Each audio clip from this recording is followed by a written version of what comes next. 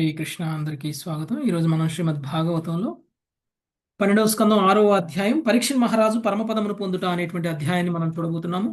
ఇప్పటి వరకు కూడా పరీక్షిత్ మహారాజుకి సుఖదేవ గోస్వామి చేసినటువంటి చరమ ఉపదేశం ఏమిటి అనేటువంటి విషయాన్ని చూసాం. ఆయన మరణం గురించి ఆలోచించకుండా, మరణం గురించి ఆలోచించేటువంటి వ్యక్తి పశువు లాంటి వాడు. మరణ సమయంలో ఆయన ఆలోచించాల్సింది భగవంతుడి యొక్క ధ్యానము, భక్తి యోగంలో ఉండడము ఇంపార్టెంట్ అనేటువంటి విషయాల్ని తెలియచేశారు. అది ఆల్రెడీ పరీక్షిత్ మహారాజు ఉన్నాడు. సో పశువులలా మరణం గురించి భయపడుతూ ఆలోచించేటువంటి స్థితిలో నువ్వు ఎలాగూ లేవు. పైగా నువ్వు మరణించిన తర్వాత కూడా తిరిగి మళ్ళీ నీ కుటుంబంలోనే ఒక మనవళ్ళలాగనో ముది మనవళ్ళలాగనో మళ్ళీ జన్మ తీసుకునే స్థితిలో కూడా నువ్వు లేవు. ఒక భౌతికమైనటువంటి వ్యక్తులు, లౌకికమైనటువంటి వ్యక్తులు ఏ విధంగా అయితే తిరిగి తిరిగి మళ్ళీ జన్మలు తీసుకుంటారో అలా నువ్వు తీసుకోవు. ఒక గింజ నాటితే అది చెట్టు అయ్యి పండునిచ్చి ఆ తర్వాత పండు నుంచి మళ్ళీ గింజే వస్తుంది కదా. గింజను నాటితే గింజ వస్తుంది. అలానే నువ్వు మరణిస్తే నువ్వు మళ్ళీ పుడతావు అని అనుకోకు. నీలో భౌతికమైనటువంటి కల్మషాలన్నీ కూడా పోయాయి కాబట్టి నువ్వు భగవంతుడి ధామానికే వెళ్తావు అని చెప్పేసి పరీక్షిత్ మహారాజుకి చెప్పడం అనేటువంటిది జరిగింది. సో పరీక్షిత్ మహారాజు ఎవరు వచ్చి ఏమి చేసినా నాకేం ప్రాబ్లం. ఇంకొక ముఖ్యమైనటువంటి విషయం ఏం చెప్పారు సుఖదేవ గోస్వామి అంటే, ఈ యొక్క మృత్యువుకి దూతలు లాంటి వాళ్ళు ఎవరు?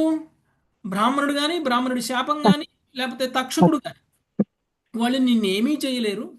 ఓకే, ఎందుకంటే వాళ్ళు ఏమన్నా చేయగలిగితే నీ శరీరానికి చేస్తారో. నువ్వు ఎప్పుడు కూడా అమరుడివే. నువ్వు భగవంతుడి యొక్క ధామానికి వెళ్ళేటువంటి వాడివి.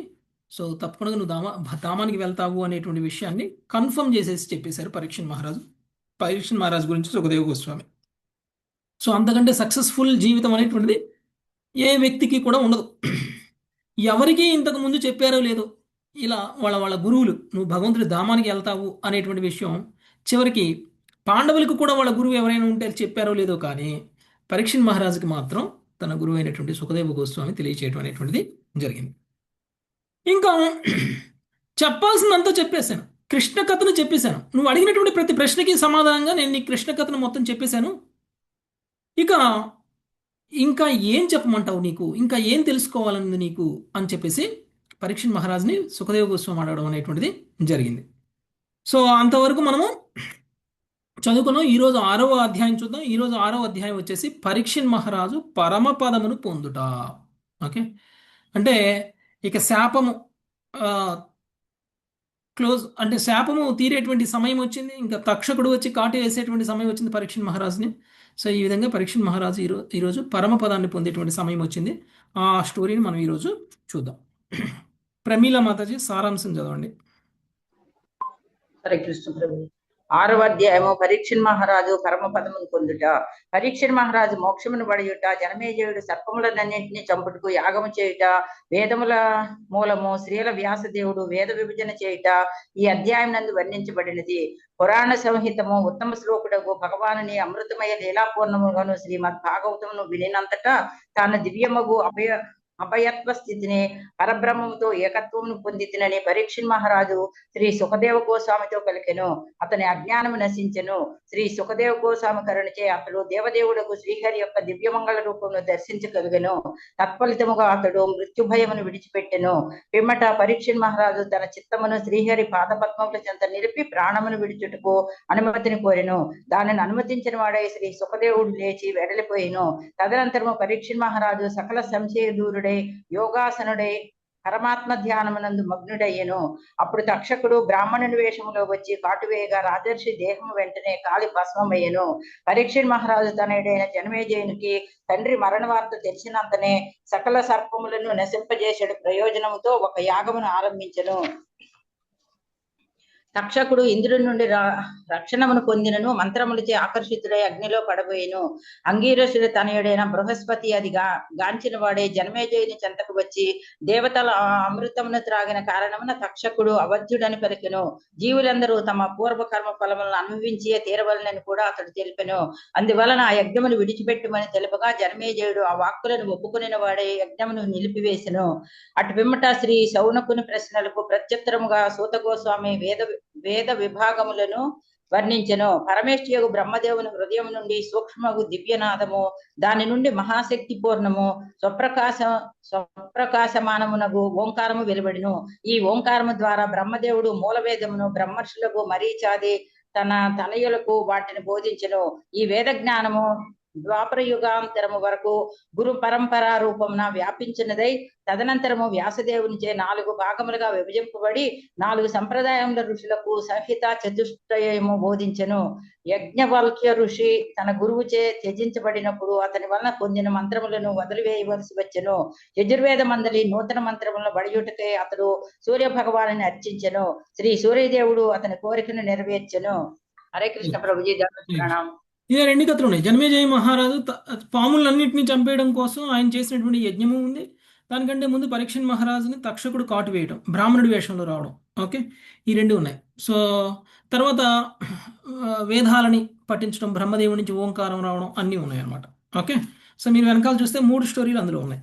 ఓకే, నెక్స్ట్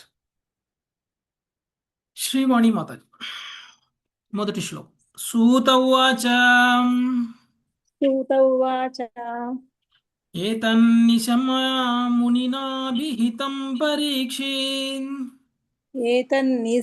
निशम्य मुनिनाभिहितं परीक्षिद् వ్యాసాత్మజేన నిఖిలాత్మదృశా సమేన व्यासात्मजेन निखिलात्मदृशा समेन తత్పాదమూలం ఉపసృత్య నతేన మూర్ధ్నా तत्पादमूलमपसृत्य नतेन मूर्ध्ना బద్ధాంజలిస్తమిదమాహ స విష్ణురాతః.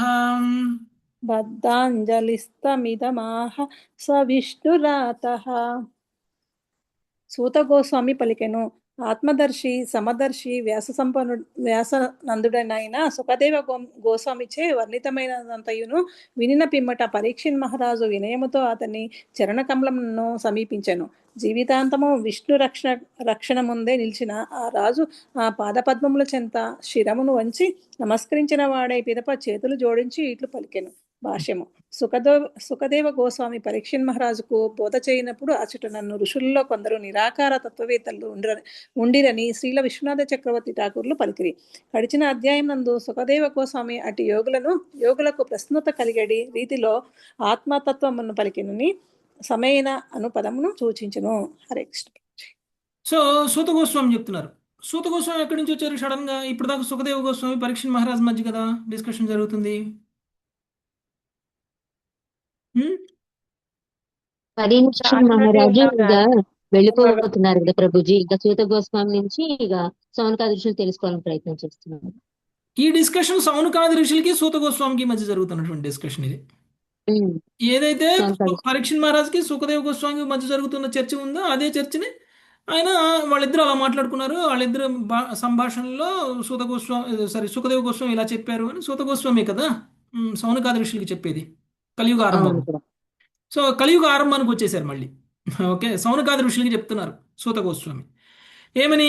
ఆత్మదర్శి సమదర్శి వ్యాసనందనుడు అయినటువంటి సుఖదేవ గోస్వామి వర్ణించినటువంటిది అంతయు కూడా విన్న తర్వాత, అంటే శ్రీమద్ భాగవతం మొత్తం విన్న తర్వాత పరీక్షణ్ మహారాజు వినయంతో ఏం చేశారు అని చెప్తున్నారు. ఇంతకుముందు అధ్యాయంలో లాస్ట్ శ్లోకం చూసినట్టయితే సుఖదేవ గోస్వామి చెప్పేశారు, ఇంకా నేను చెప్పాల్సిందంతా చెప్పేశాను, ఇంకా నువ్వేం వినాలనుకుంటున్నావు అని అన్నారు.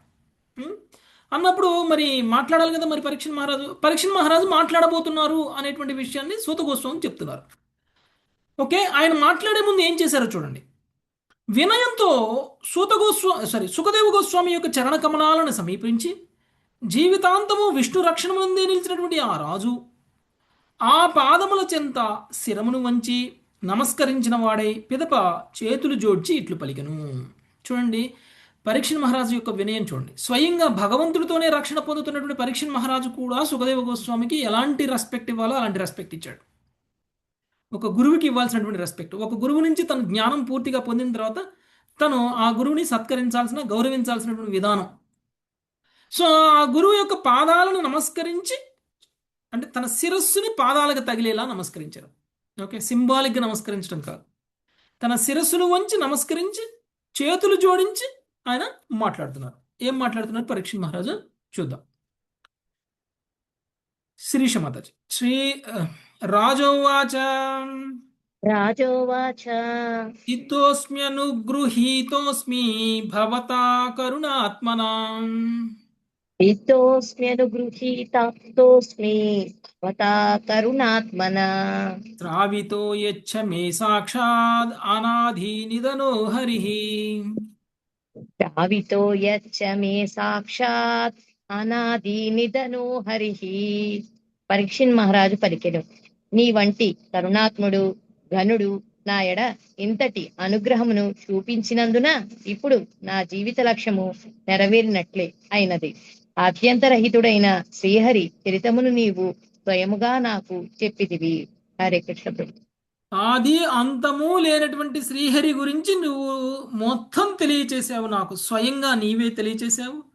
నీవు చాలా కరుణాత్ముడివి. నీలాంటి కరుణాత్ముడు ఘనుడు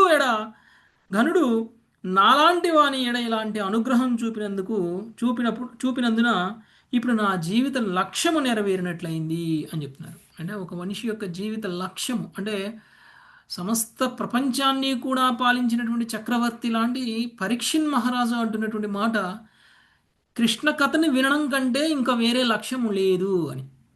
ఓకే, మనకంటే గొప్పగానే బతికాడు, మనకంటే ఐశ్వర్యవంతుడే, మనకంటే కీర్తి ప్రతిష్టలు ఉన్నటువంటి వ్యక్తే, మనకంటే గొప్పగా బతికినటువంటి వ్యక్తే. ఇంకా మనం ఏ గ్రామాన్ని కూడా పాలించే స్థితిలో లేమేమో, కానీ ఆయన సమస్త ప్రపంచాన్ని పాలించినటువంటి స్థితిలో ఉన్నాడు. అలాంటి వ్యక్తి చెప్తున్నటువంటి మాటలు ఏమిటి? నా జీవిత లక్ష్యం ఇప్పుడు నెరవేరినట్లయింది. ఎందుకు? సుఖదేవ గోస్వామి ద్వారా కృష్ణ కథ, శ్రీహరి కథ విన్నందుకు. ఓకే, నెక్స్ట్ 3వ శ్లోకం. సుజాత మాత. నాత్యద్భుతమహం మన్యే మహతామచ్యుతాత్మనాం నాత్యద్భుతమహం మన్యే మహతామచ్యుతాత్మనాం అజ్ఞేషు తాపతప్తేషు భూతేషు యదనుగ్రహః. అగ్నేషు తాపతస్పేషు భూతేషు యదనుగ్రహః. చదవండి. అచ్యుతుని నందే తమ చిత్తములు సదా లగ్నమై ఉండడి మీ వంటి మహాత్ములు సంసార క్లేశములచే తప్తులమయ్యడి మా వంటి మూర్ఖులకు భక్తజీవుల పట్ల అనుగ్రహమును చూపుటకు నేను ఆశ్చర్యమైనదిగా భావింపను. ఇప్పుడు సుఖదేవ గోస్వామి ఎవరు? సుఖదేవ గోస్వామి గురువు ఆయన అంటున్నారు ప్రభుజీ, పరీక్షిన్ మహారాజు. సుఖదేవ గోస్వామి మామూలుగా చూస్తే సుఖదేవ గోస్వామి ఒక సన్యాసి, ఒక అవధూత స్థాయిలో ఉన్నటువంటి ఒక వ్యక్తి కదా. సుఖదేవ గోస్వామి లాంటి వాళ్ళు అసలు ఎక్కడైనా ఎవరి దగ్గరైనా ఆగుతారా? ఎవరి దగ్గరైనా కొద్దిసేపు నిలబడతారా? ఎక్కడ ఒక నిమిషం నిలబడ్డా కానీ అక్కడ ఆ పరిస్థితులతో, ఆ వ్యక్తులతో, ఆ వస్తువులతో ఎక్కడ అటాచ్మెంట్ వస్తుందో అని ఎక్కడ ఒక చోట ఉండనటువంటి వ్యక్తులు వాళ్ళు. ఒకవేళ అలాంటి వ్యక్తులు ఎక్కడైనా ఒక నిమిషం ఆగారు అని అంటే ఎందుకు ఆగుతారు? దాంట్లో ఏదో పరమార్థం, కృష్ణ సేవ ఉంటేనే ఉంటారు ప్రభు, లేకపోతే ఉండరు. అలాంటి వ్యక్తులు ఎవరి దగ్గర ఆగితే వాళ్ళకేదో మేలు చేయడం కోసమే ఆగుతారు. ఓకే, అంటే ఇప్పుడు మనం ఏం చేస్తాం? మనం ఎక్కడికన్నా వెళ్తే ఎక్కడైనా ఒక రోజు ఉండాల్సి వస్తే మనకి ఏమి లాభం ఉంటుందో చూసి ఇక్కడ ఉంటే మనకి ప్రయోజనం ఉందా లేదా, లేదంటే ఒక రాత్రి వేస్ట్ అవుతుందా, ఒక పగలు వేస్ట్ అవుతుందా అని ఆలోచిస్తాం మనం కదా. కానీ మనం ఎక్కడికి వెళ్ళినా కానీ మనం ఆ సమయం మన పని ఉన్నంత వరకు ఉంటాము, వెళ్ళిపోతాము. ఒకవేళ ఉండాలంటే మనకి ఎంత నష్టం వస్తుందో ఆలోచిస్తాం. ఓకే, ఒక రోజుకి జీతం ఎంత పోతుంది, ఒక రోజుకి మన పనులు ఎన్ని నష్టం అవుతున్నాయి, ఇవన్నీ ఆలోచిస్తాం. మనకి సెలవులు పోతున్నాయి, అది ఇది అని ఆలోచిస్తాం కదా. కానీ ఒక సన్యాస స్థితిలో ఉన్నటువంటి వ్యక్తి ఒకవేళ ఎవరి దగ్గరికైనా వెళ్ళి ఆగాడు అని అంటే, ఒక గృహస్థుడి దగ్గరికి వెళ్ళి ప్రత్యేకించి ఆగాడు అంటే ఆ గృహస్థుడికి ఎంతో మేలు కలుగుతుంది. అదే వాళ్ళ పని కూడా. ఎవరి దగ్గరికన్నా సరే సన్యాసి ఒక భిక్షం తీసుకోవడానికి వెళ్ళారు అన్నా కానీ దానివల్ల సన్యాసికి కాదు లాభము, భిక్షం ఇచ్చేవాడికే లాభం. ఎందుకు? ఆ సమయంలో కూడా వాళ్ళని ఉద్ధరించేటువంటి మాటలు 4 మాట్లాడతారు. ఓకే, ఎలాంటి భౌతికమైనటువంటి క్లేశాలు లేనటువంటి ఒక వ్యక్తి పూర్తిగా శ్రీహరినే తన చిత్తంలో ఉంచుకున్నటువంటి వ్యక్తి అంటే విశుద్ధ భక్తుడు అన్నమాట. ఇలాంటి విశుద్ధ భక్తులు గృహస్థుల దగ్గరికి నాలాంటి భౌతికమైనటువంటి మూర్ఖులైనటువంటి వ్యక్తులు అని అంటున్నారు. పరీక్ష మహారాజు తన్ను తాను ఒక మూర్ఖుడు అనుకుంటున్నాడు. ఓకే, ఇక్కడ మనం సుఖదేవ గోస్వామిలో మనం చూడాల్సింది ఏంటంటే ఒక భక్తుడిని, పరీక్ష మహారాజులో చూడాల్సింది ఏమిటి అంటే ఒక గృహస్థుడిని. ఓకే, ఇక్కడ గృహస్థుడు అన్నాడు అనే భావనలో ఉండాలి, కానీ పరీక్ష మహారాజు అన్నాడు అనేటువంటి భావనలో కాదు. ఒక గృహస్థుడు నిజంగానే మూర్ఖుడు, అవునా కదా? ఒక గృహస్థుడు పూర్తిగా భౌతికమైనటువంటి కార్యకలాపాల్లోనే ఉంటాడు. తన కోసం, తన కుటుంబం కోసం, తన పిల్లల కోసం, తన మనవళ్ళ కోసం, ముది మనవళ్ళ కోసం, వాళ్ళ కోసమే మన జీవితాన్ని గడుపుతూ ఉంటాడు. ఇంకా ఒక నాయకుడు అయ్యాడు, ఒక రాజకీయ నాయకుడు ఎవరో అయ్యాడు అనుకోండి ఆ గృహస్థుడు, అప్పుడు ఏం చేస్తాడు? తన కుటుంబంతో పాటు తన సమాజం కూడా చూస్తూ ఉంటాడు. అంతకు మించి ఏం చేస్తారు? పూర్తిగా తన జీవితం మొత్తం ఇలాంటి వ్యవహారాల్లోనే నిమగ్నం అయిపోయి ఉన్నటువంటి వ్యక్తి మూర్ఖుడా కాడా? చివరికి తన జీవిత చరమాంకంలో కూడా అలానే ఉంటే మూర్ఖుడు అన్నట్లా కాదన్నట్ట? అంతే ప్రభుజీ, మూర్ఖుడే అనపడతాడు. అందుకనే పరీక్ష మహారాజు అంటున్నారు, నాలాంటి గృహస్థులు మూర్ఖులు, ఎందుకంటే పూర్తిగా లౌకికంగా ఉంటారు. అలాంటి వ్యక్తులకి నీలాంటి వాళ్ళ సాంగత్యం దొరికితే కనుక అలాంటి వాళ్ళ జీవితం అనేటువంటిది ఉద్ధరింపబడుతుంది. కాబట్టి నీలాంటి వాళ్ళు నాలాంటి వాళ్ళని ఉద్ధరించడం అనేటువంటిది నాకేం ఆశ్చర్యం అనిపించట్లేదు, అది నీవు జనరల్గానే చేసే పని అని చెప్తున్నారు. నెక్స్ట్ 4వ శ్లోకం, లక్ష్మీ రూపమాతాజీ. పురాణ సంహితామేతాం ఆశ్రౌష్మా భవతో వయం పురాణ సంహితామేతాం ఆస్మృతో భవతో వయం యస్యాం ఖలు ఉత్తమ శ్లోకో భగవాన్ అనువర్ణ్యతే. యస్మాం ఖలుత్తమ శ్లోకో భగవానను వర్ణతే. సకల పురాణముల సంపూర్ణ సారాంశమెట్టి మైనట్టిది సకల పురాణముల సంపూర్ణ సారాంశమైనట్లు ఉత్తమ శ్లోకుడగు భగవానుని పరిపూర్ణముగా వర్ణించదగినదియగు శ్రీమద్ భాగవతమును నీ వలన వింటిని. హరి. భగవంతుణ్ణి సంపూర్ణంగా వర్ణించగలిగినటువంటి శాస్త్రం ఏ విధంగా ఉంది అని అంటే అది ఏంటండి? భాగవతం, శ్రీమద్ భాగవతం. శ్రీమద్ భాగవతం. అలాంటి పురాణాన్ని నేను నీ వలన వినగలిగాను అని అంటున్నారు. అంతకంటే ఉత్తమమైనటువంటి వరం ఇంకేమీ ఉండదు అని చెప్తున్నారు ఆయన. ఓకే, నెక్స్ట్ 5వ శ్లోకం, రోజా మాతాజీ. భగవంస్తక్షకాదిభ్యో మృత్యుభ్యో నాభివేమ్యహం భగవంస్తక్షకాదిభ్యో మృత్యుభ్యో న వివేమ్యహం ప్రవిష్టో బ్రహ్మ నిర్వాణం అభయం దర్శితం తయా. పవిశ్రో బ్రహ్మ నిర్వాణం అభయం దర్శితం తయా.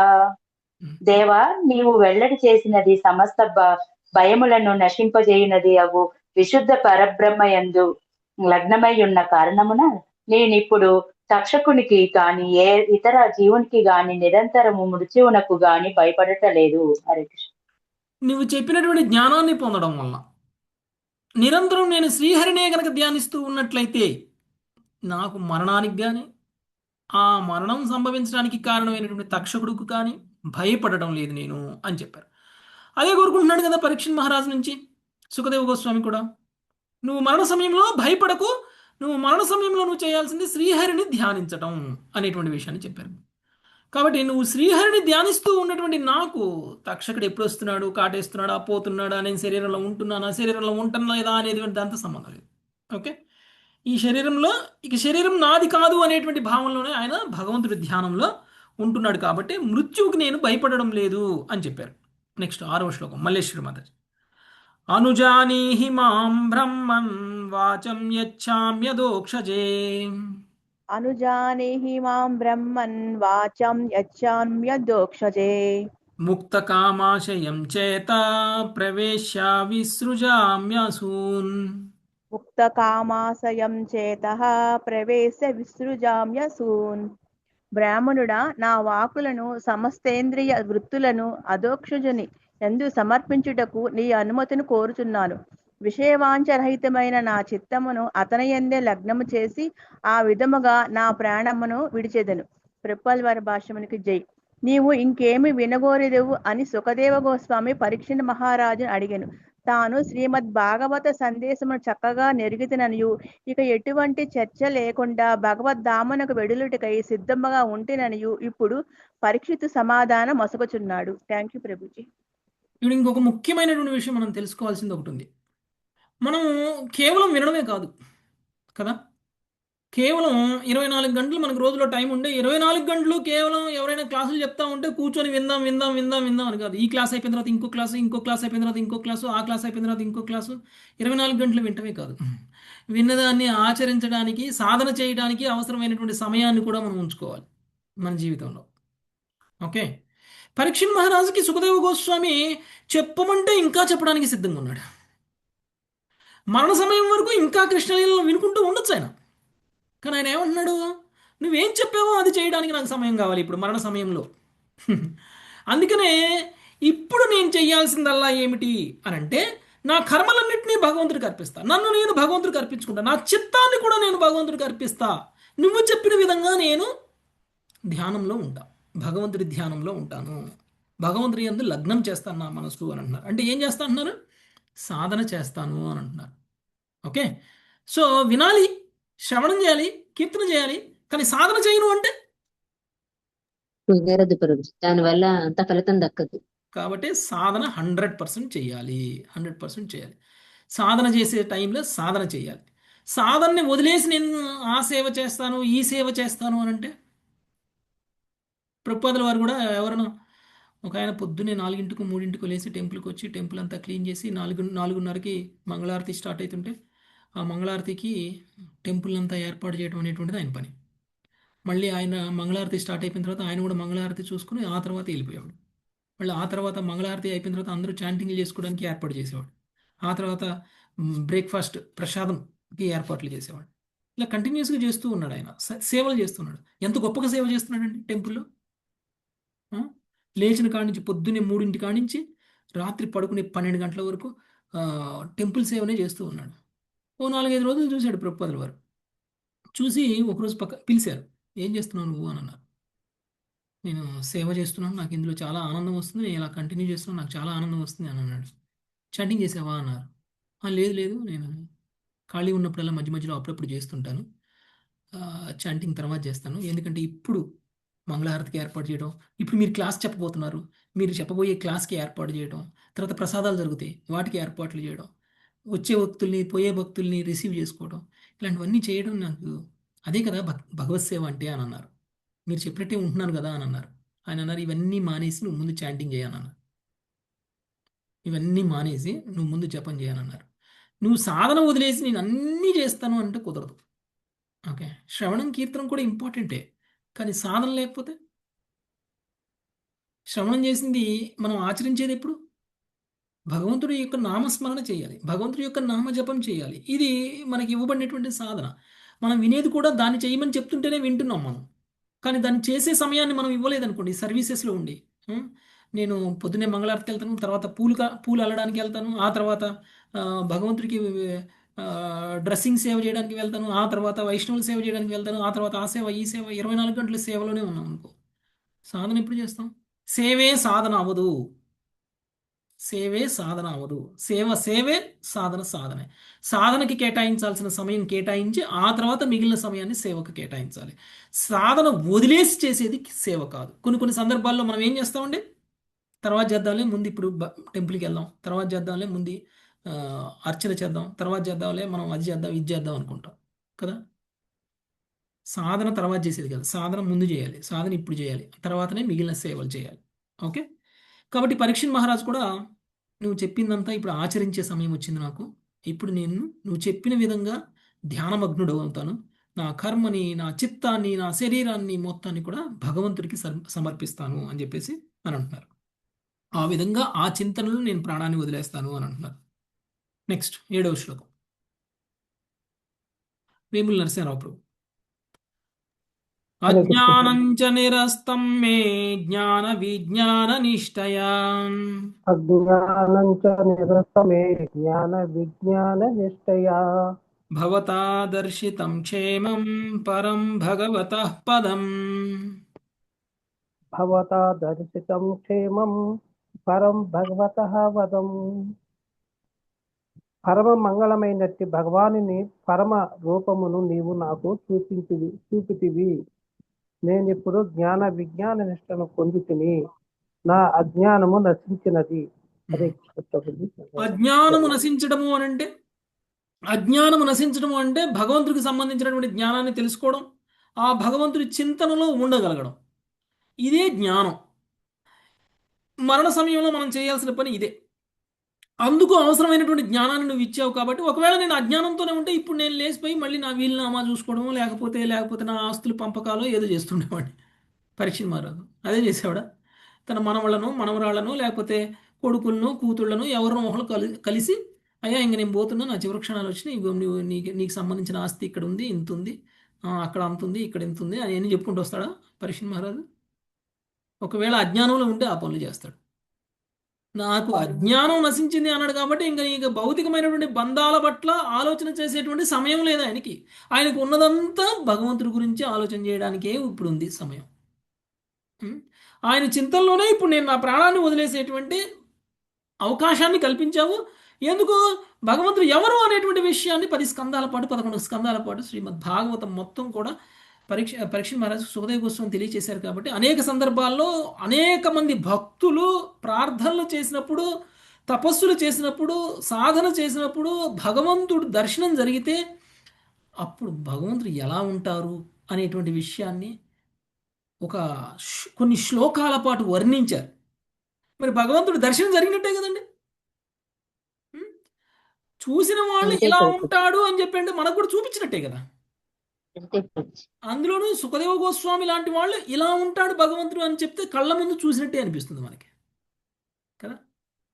కాబట్టి అది ఒకసారి చెప్పలా, 2 సార్లు చెప్పలా. ప్రతి స్కందంలోనూ ప్రతి చోట ఎక్కడెక్కడ భక్తులందరికీ భగవంతుడు దర్శనం ఇచ్చారో అక్కడక్కడ వర్ణించడం అనేటువంటిది తప్పకుండా చేశారు. అందుకనే ఇప్పుడు నేను భగవంతుని కూడా చూడగలిగాను నీ దయ వల్ల, నీ కృప వలన. కాబట్టి నా అజ్ఞానం మొత్తం కూడా నశించిపోయింది.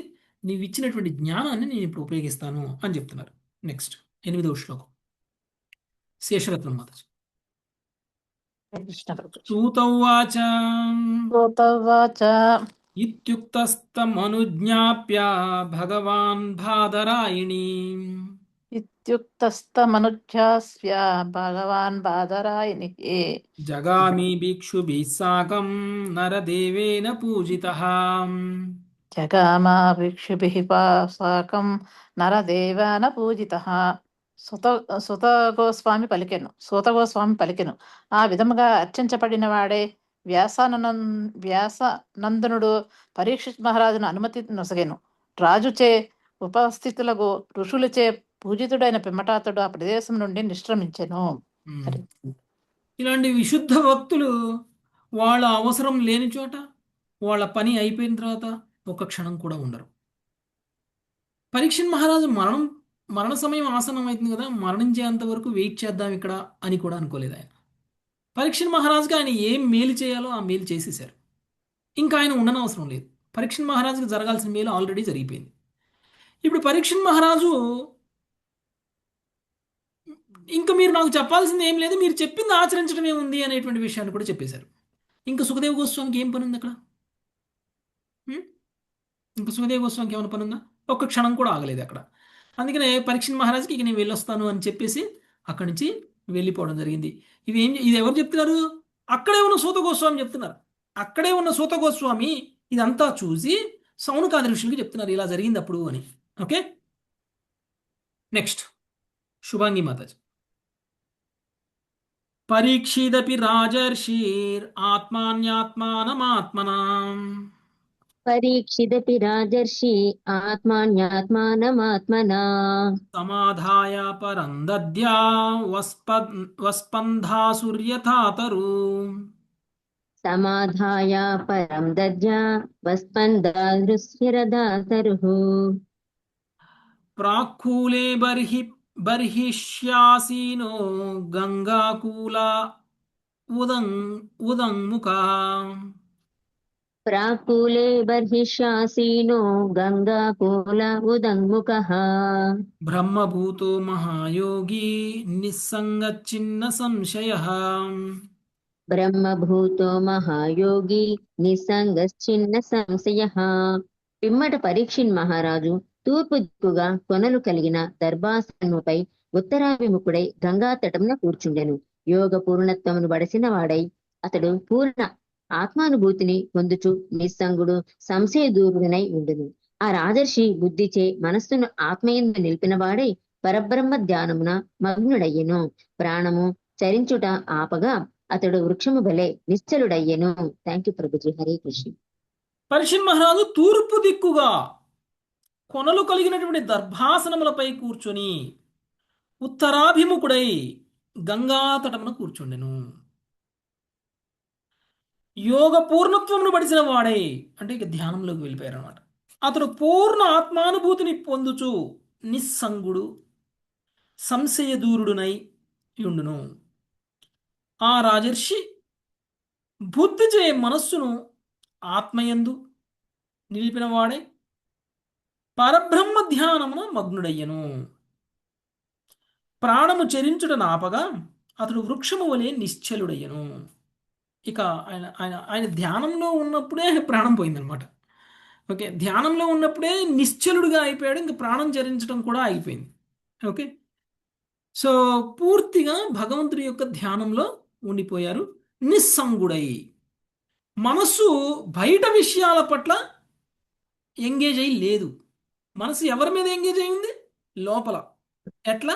ఆత్మతో ఎంగేజ్ అయి పరబ్రహ్మాన్ని ధ్యానిస్తున్నారు. ఓకే, అంటే ఇప్పుడు మనసు ఆత్మ వేరు కాలేదన్నమాట. అర్థమైందా? మనసు ఆత్మకేం కావాలో మనసు అదే కోరుకుంటుంది. ఆత్మ ఒకటి, మనసు ఇంకొకటి కోరుకుంటే అప్పుడు మనసు బయట విషయాల పట్ల ఆకర్షితులై బయట విషయాల గురించి ఆలోచిస్తూ ఉంటుంది.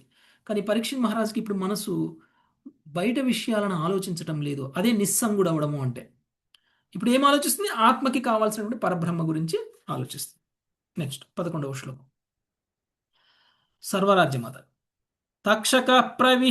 తక్షక ప్రహితో విప్రా క్రుద్ధేన ద్విజసూనునా.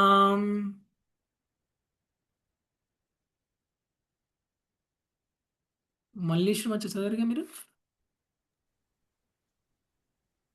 చదవన ప్రభు. చదివారు కదా? ఓకే, లావణ్యమాత చదవండి. హరే కృష్ణ ప్రభుజీ. తక్షక ప్రహితో విప్రా క్రుద్ధేన ద్విజసూనునా. తక్షకః ప్రహితో విప్రా క్రుద్ధేన ద్విజసూనునా. హంతు కామో నృపం గచ్చన్ దదర్శాపది కశ్యపం. హంతు కామో నృపం గచ్చన్ దదర్శాపది కశ్యపం. విప్రులారా, బ్రాహ్మణుని క్రుద్ధపుత్రునిచే పంపబడిన తక్షకుడు రాజును చంపగోరి వెడులుచు దారిలో కశ్యప మునిని గాంచెను. హరే కృష్ణ ప్రభుజీ. బ్రాహ్మణుని క్రుద్ధపుత్రునిచే చంపబడిన. క్రుద్ధ అంటే కోపము. ముసలివాడని కోపం ప్రభుజీ. ముసలియను కోపిష్టి. కోపంతో ఉన్నటువంటి కోపిష్టి. కోపిష్టి పుత్రుడు. కోపంతో శపించాడు కదా ఆయన. బ్రాహ్మణుని యొక్క పుత్రుడైనటువంటి వాడు చాలా కోపంతో శపించాడు కదా, అందుకని ఆయన కోపిష్టి పుత్రుడు. ఓకే, ఆయనతో పంపబడినటువంటి తక్షకుడు పరీక్షిత్ మహారాజ్ కాటేయడానికి వస్తూ వస్తూ దారిలో కశ్యపుణ్ణి చూశారు. ఓకే, నెక్స్ట్ 12వ శ్లోకం. నాగలక్ష్మి మాత. తంతర్పయిత్వా ద్రవిణైర్ నివర్త్య విషహారిణం. తం తర్పయిత్వా ద్రవిణై నివర్త్య విషహారిణం. ద్విజరూప ప్రతిచ్ఛన్నః కామరూపోదశ నృపం. ద్విజరూప ప్రతిచ్ఛన్నః కామరూపోదశ నృపం. విషమును పరిహరించుటలో ప్రవీణుడవు కశ్యపమునికి విలువైన కానుకలనిచ్చి సంతృష్టిపరిచిన వాడే తక్షకుడు ఆ ముని పరీక్షితును రక్షించకుండగా నివారించెను. కోరిన రూపమును ధరించగలిగిన తక్షకుడు అంతటా బ్రాహ్మణ వేషంలో రాజు చెంతకు చేరి అతన్ని కాటువేశాను. భాష్యం. కశ్యపుడు తక్షకుని విషమును పరిహరింపగలిగి ఉండేను. తక్షకుడు తన కోరలతో కాటువేసి భస్మీ పట్ల మనం వచ్చిన ఒక తాళ వృక్షమునకు తిరిగి ప్రాణం పోసి అతడు ఈ శక్తిని ప్రదర్శించి ఉండెను. ఆయనను దైవాధీనంగా కశ్యపుడు తక్షకునిచే దారి మళ్లింపగా జరగవలసింది జరిగిపోయింది. Thank you. దారిలో వస్తూ వస్తూ కశ్యప మునిని కలిశారు. ఎవరికైనా సరే పాము కాటు జరిగితే ఆ పాము కాటు నుంచి ఆ వ్యక్తిని కశ్యపుడు రక్షించగలడు. ఒకవేళ పరీక్షణ్ మహారాజును కనుక తక్షకుడు పోయి కాటు వేస్తే పరీక్షణ్ మహారాజును రక్షించడానికి ఎక్కడ కశ్యపుడు వచ్చి తన విషయాన్ని నుంచి విరుగుడు ఇచ్చి రక్షిస్తాడో అని చెప్పేసి భయపడి తక్షకుడు ఈయన పేరేంటి కశ్యపుడికి అన్ని బహుమతులు ఇచ్చి తనని నేను పరీక్షణ్ మహారాజును కాటేస్తే నువ్వు ఆయన రక్షించకూడదు అని చెప్పేసి ఆయన్ని పరీక్షణ్ మహారాజు దగ్గరికి రాకుండా చేసేసారు. అంతేకాదు బహుమతులకు లొంగుతారా ప్రభుజీ? అవన్నీ లీలమాతాజీ. అదే సో తక్షకుడికి భయం ఎక్కడ పరీక్షణ్ మహారాజును వచ్చి రక్షిస్తాడు అని. అంతేగాని పరీక్షణ్ మహారాజు ఇంకా నేను బ్రతకాలి అని అనుకోవట్లేదు. ఒకవేళ కాటేసినా కానీ పరీక్షణ్ మహారాజు పరిగెత్తుకుంటే తక్షకుడి దగ్గరికి ఏం వెళ్ళడు, కశ్యపుడి దగ్గరికి ఏం వెళ్ళరు. ఓకే, కానీ మరి తక్షకుడు ఏం చేశాడండి? ఒక బ్రాహ్మణుడి వేషంలో వచ్చేసాడు. చూస్తున్నారా వీడియోలో? తక్షకుడి పక్కన ఒక బ్రాహ్మణుడు కనిపిస్తున్నాడు. కనపడుతుంది ప్రభుజీ. Okay, next 13 అమృతమాత. బ్రహ్మభూతస్య రాజర్షే దేహో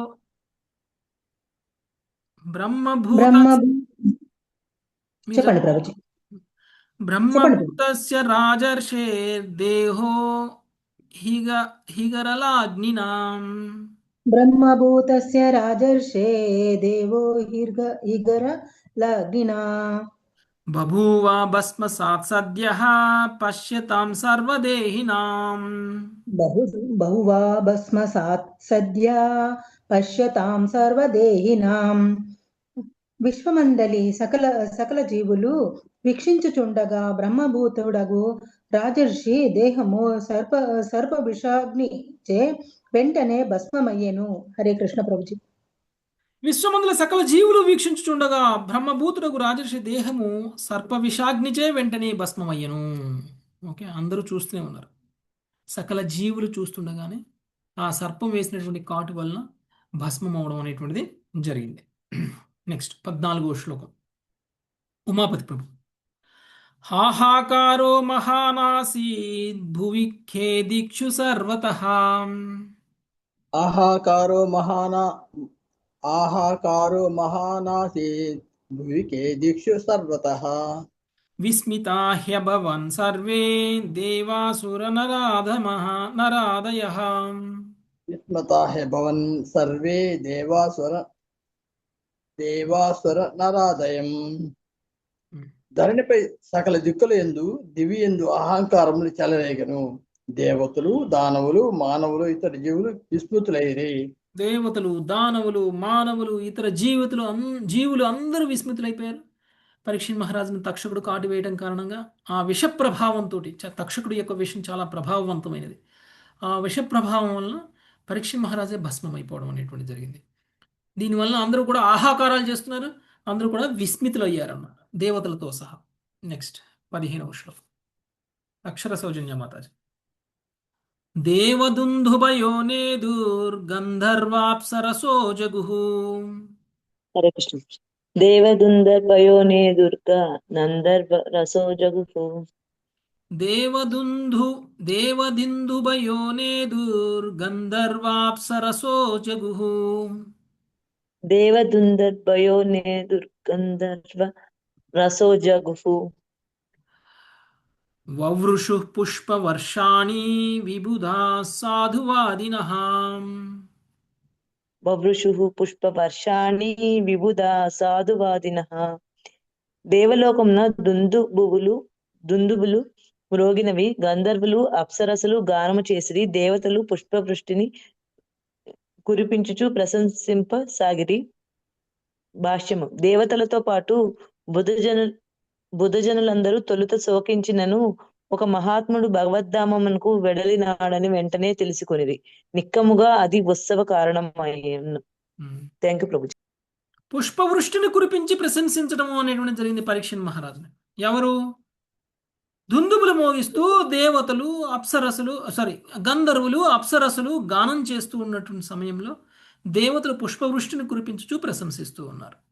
పరీక్షణ్ మహారాజు మరణ సమయం, ఇలా సెలబ్రేషన్ చేసుకునే సమయం ఎలా అయింది?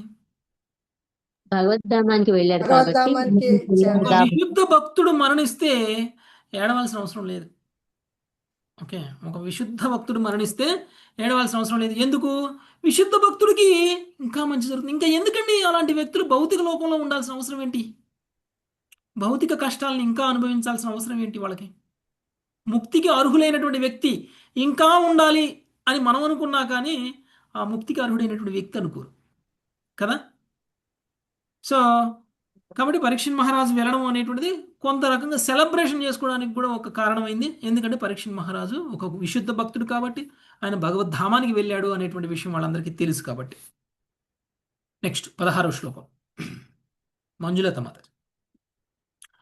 జనమే జయస్వపితరం శ్రుత్వా తక్షక భక్షితం జనమే జయస్వపితరం శ్రుత్వా తక్షక భక్షితం యదా జుహావ సంక్రుద్ధో నాగాన్ సత్రే సహ ద్విజై. యథా జుహావ సంక్రుద్ధో నాగాన్ సత్రే సహ ద్విజైః. తన తండ్రి తక్షకునిచే కాటు వేయబడినాడని వినినంతటా జనమేజయుడు మిక్కిలి క్రుద్ధుడై బ్రాహ్మణులచే ఒక మహాయాగమును ఆరంభింపజేసి ప్రపంచములోని సకల సర్పములను యజ్ఞాగ్నిలో ఆహుతి చేయసాగెను. థ్యాంక్ యూ ప్రభుత్వం. ఇక్కడికి పరీక్షిత్ మహారాజు కథ అయిపోయింది. నెక్స్ట్ జనమేజయ మహారాజు. జనమేజయ మహారాజు ఎవరు? పరీక్షిత్ మహారాజు యొక్క పుత్రుడు. తన తండ్రి చావడానికి తక్షకుడు కారణము అని తెలుసుకున్నటువంటి ఆయన పాముల జాతి, సర్పజాతి మొత్తాన్ని కూడా ఈ లోకం నుంచి నశింప చేయడానికి ఒక యజ్ఞం చేయడం అనేటువంటిది మొదలుపెట్టారు. దాన్ని సర్పయాగం అని అంటారు. ఆయన చేసేటువంటి యజ్ఞం కారణంగా ఎక్కడెక్కడ సర్పాలు ఉన్నా కానీ అవన్నీ కూడా వచ్చి ఆటోమేటిక్గా యజ్ఞగుండంలో పడిపోయి మరణించడం అనేటువంటిది జరుగుతుంది. ఓకే, సో జనమేజయ మహారాజు సర్పయాగాన్ని చేయడానికి యజ్ఞాగ్నిలో సర్పాలన్నింటినీ ఆహుతిగా ఇవ్వబోతున్నారనమాట. ఓకే, దానికి ఆ యాగం మొదలుపెట్టేశారు. ఓకే, ఇంకా జనమేజయ మహారాజు చేసేటువంటి యాగం గురించి మనం రేపు చూద్దాం. Thank you very much. Hare Krishna. వంచకల్పతరుభ్యశ్చ కృపా సింధుభ్యేవ చ పతితానాం పావనేభ్యో వైష్ణవేభ్యో నమో నమః. హరే